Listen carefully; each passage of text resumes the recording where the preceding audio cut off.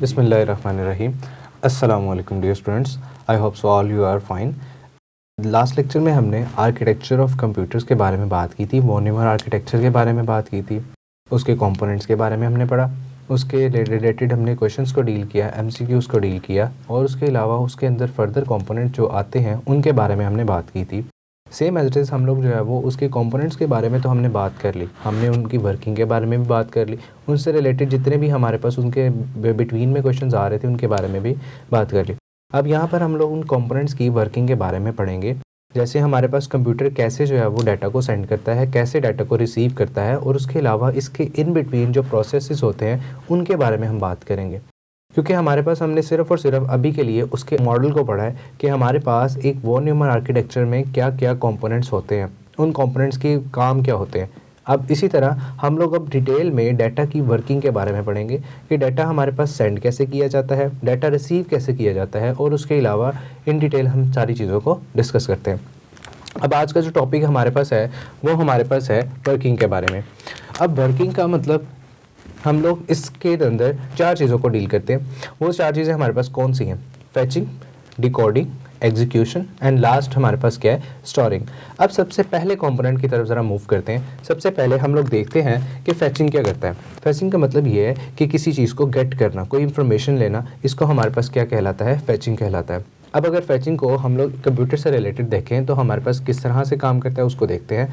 सबसे पहले अगर बात की जाए गेट इन्फॉर्मेशन फ्रॉम मेमोरी, ये उसने एक लाइन बताई हुई है जो कि फैचिंग को सब कुछ एक्सप्लेन कर देता है एक तरह से। ये क्या करता है, इसका काम क्या होता है कि जब भी जिस डाटा के ऊपर प्रोसेसिंग आपने करनी है उस डाटा को मेमोरी के अंदर मौजूद होना सबसे पहले ज़रूरी है। और सेकंड चीज़ हमारे पास क्या है कि उस मेमोरी में से वो क्या करेगा, डाटा को गेट करेगा और उसके ऊपर आपने जो भी प्रोसेसेस अप्लाई करने हैं वो आप अप्लाई करोगे और उसके बाद दोबारा जो है वो मेमोरी में जाके वो स्टोर हो जाएगा। अब इसके सेकंड कंपोनेंट की बात करते हैं। अब इसके अंदर काम किए जाने वाले जो हमारे पास कंपोनेंट्स होते हैं कि हमारे पास इनके फैचिंग के लिए किस किस चीज़ का ज़रूरत होती है हमें, तो उसको देखते हैं ज़रा। अब अगर फैचिंग की बात की जाए तो इसके अंदर हम लोग तीन तरह के कंपोनेंट्स के काम कर रहे होते हैं, जिसमें मेमोरी आती है, सीपीयू आता है और इंस्ट्रक्शन रजिस्टर आता है। अब मेमोरी के बारे में हमने लास्ट लेक्चर में बात की थी।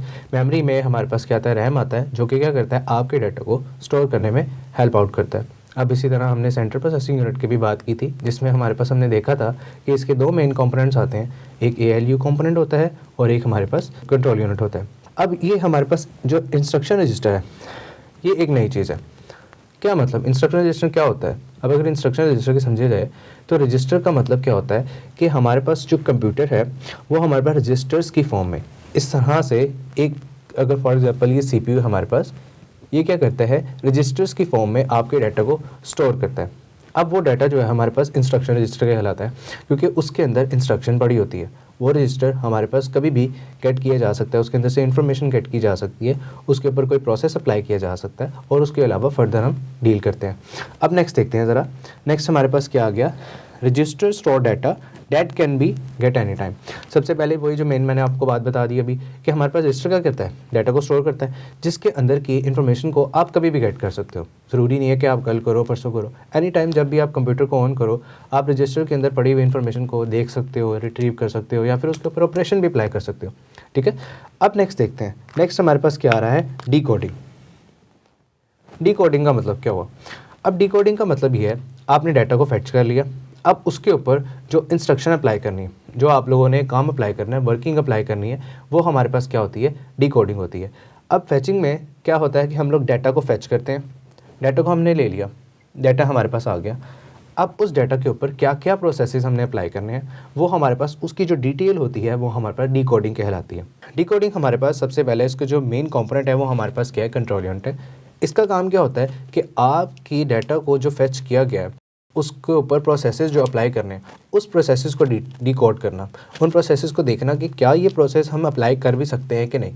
ओके, अब नेक्स्ट देखते हैं ज़रा। अगर डिटेल की बात की जाए तो हमारे पास सबसे पहले डिकोडिंग क्या करता है? Decode open code instruction determines required procedures and data.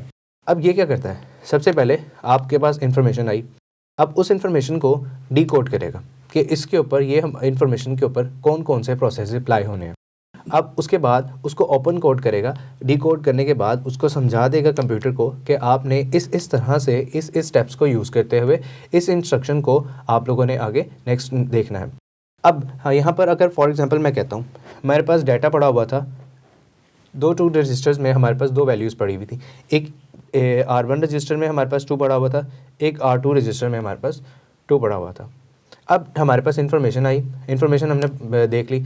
अब अगर हमारे पास यूज़र क्या करता है, उनको ऐड करने की कोशिश करता है। तो यूज़र की जो हमारे पास इन्फॉर्मेशन है उसको डिकोड किया सेंट्रल प्रोसेसिंग यूनिट ने, और उसके बाद आगे जो है वो CPU बता देगा कि आपने क्या करना है, इन दोनों वैल्यूज़ को ऐड करना है। अब आगे नेक्स्ट देखते हैं एग्जीक्यूशन क्या होता है। अब एग्जीक्यूशन ये वाला प्रोसेस है जहाँ पर हमारे पास डिकोड की हुई जो इंस्ट्रक्शन होती है उससे step by step execution start होती है। जैसे मैंने आपको एग्जांपल बताई कि एक R1 रजिस्टर है, एक R2 रजिस्टर है, इन दोनों के अंदर सेपरेट वैल्यू स्टोर है। अब हमारे पास इन्फॉर्मेशन क्या आती है, जो हमारे पास फैचिंग इन्फॉर्मेशन आती है वो क्या आती है, इन दोनों वैल्यूज़ को आपने ऐडअप करना है। अब इन दोनों वैल्यूज़ को ऐडअप करने के लिए जो प्रोसेस है वो हम किसके अंदर चलाते हैं, एग्जीक्यूशन के अंदर।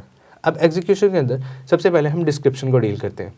डिस्क्रिप्शन मीन्स कि हमारे पास किस तरह से एग्जीक्यूशन को देखा जाता है। सबसे पहले हमारे पास क्या होता है, CPU प्रोसेसेस द इंफॉर्मेशन। जैसे मैंने यहाँ पर बताया आपको कि 2 रजिस्टर्स आएंगे, ठीक है, उनके अंदर डिफरेंट वैल्यूज़ होंगी।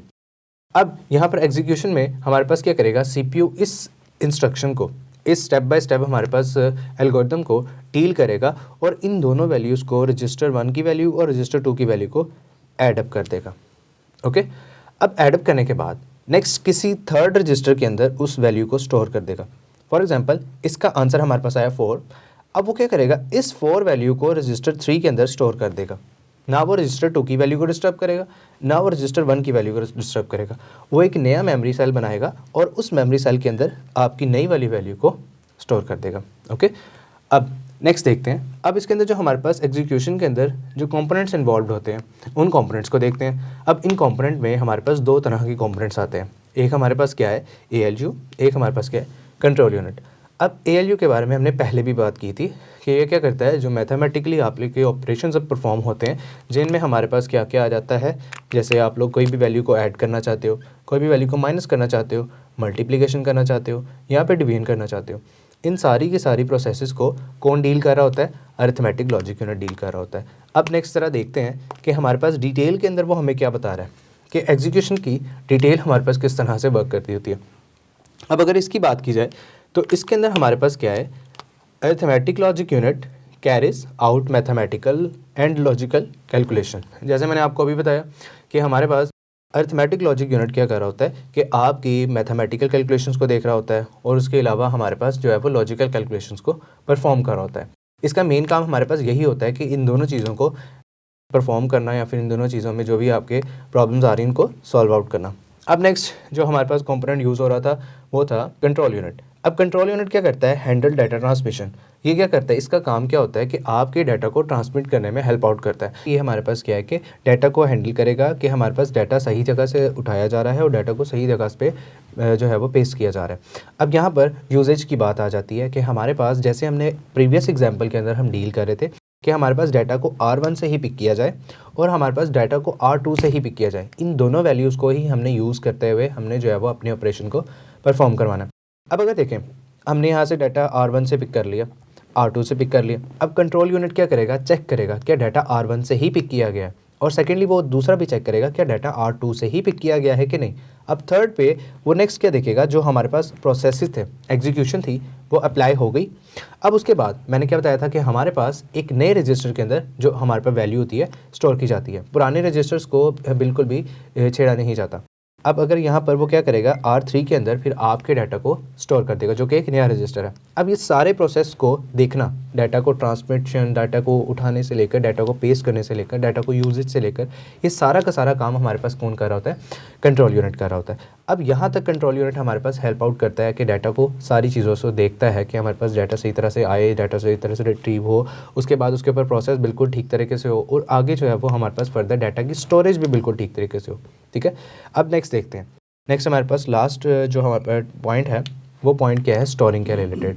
अब जैसे हम लोगों ने डाटा को रिट्रीव कर लिया, डाटा को फैच कर लिया, डिकोड कर लिया, एग्जीक्यूट भी कर लिया, मीन्स हमने उसका आंसर भी फाइंड कर लिया। अब लास्ट प्रोसेस हमारे पास क्या है कि हमने उस डाटा को हमने कहीं इस जगह पे स्टोर भी तो करवाना ना। अब देखें, हम लोगों ने ना लास्ट टॉपिक में बात की थी कि रैम क्या करता है, वॉन न्यूमन आर्किटेक्चर में डाटा को स्टोर करने में हेल्प करता है, ठीक है, स्टोर्स डाटा, ऐसे ही है ना। अब इस बारे में बात नहीं की थी। अब सेम एज इज यहाँ पर उसने क्या बात की है कि आउटकम रिटर्न टू मेमोरी, इसको आपने समझना है ज़रा। आउटकम रिटर्न टू मेमोरी का क्या मतलब है कि आपका डाटा मेमोरी से ही पिक किया जाएगा, उसके ऊपर प्रोसेसेस अप्लाई किए जाएंगे और मेमोरी में ही वापस उसको स्टोर भी कर दिया जाएगा। ओके, अब इसी तरह नेक्स्ट हमारे पास क्या आ गया, कंपोनेंट्स, कि स्टोरिंग के अंदर हमारे पास कंपोनेंट्स कौन कौन से यूज़ होंगे, ये भी तो हमने देखना है ना। अब नेक्स्ट देखते हैं, ये देखें, अब हमारे पास कंपोनेंट यूज़ होंगे मेमोरी और उसके अलावा आउटपुट डिवाइस। अब आप कहेंगे सर मेमोरी यूज़ तो ठीक है कि हम लोग मेमोरी से डाटा को फैच करेंगे, डिकोड करेंगे, एग्जीक्यूट करेंगे, उसके बाद उसको वापस मेमोरी में ही स्टोर करवा देंगे। ये आउटपुट हमारे पास डिवाइस क्यों यूज़ हो रही है?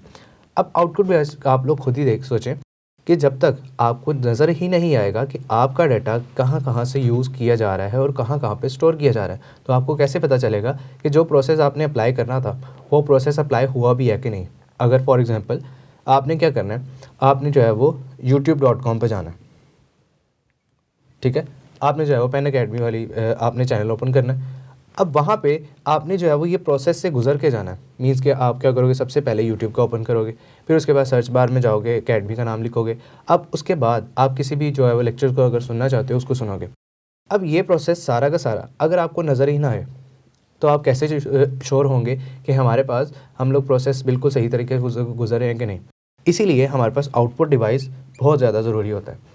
आउटपुट डिवाइस एक तरह से कह सकते हैं कंप्यूटर की आप लोगों को शो करवाता है कि हमारे पास किस तरह से सारा का सारा काम प्रोसीड हो रहा है और बिल्कुल सही तरीके से प्रोसीड हो भी रहा है कि नहीं, ठीक है।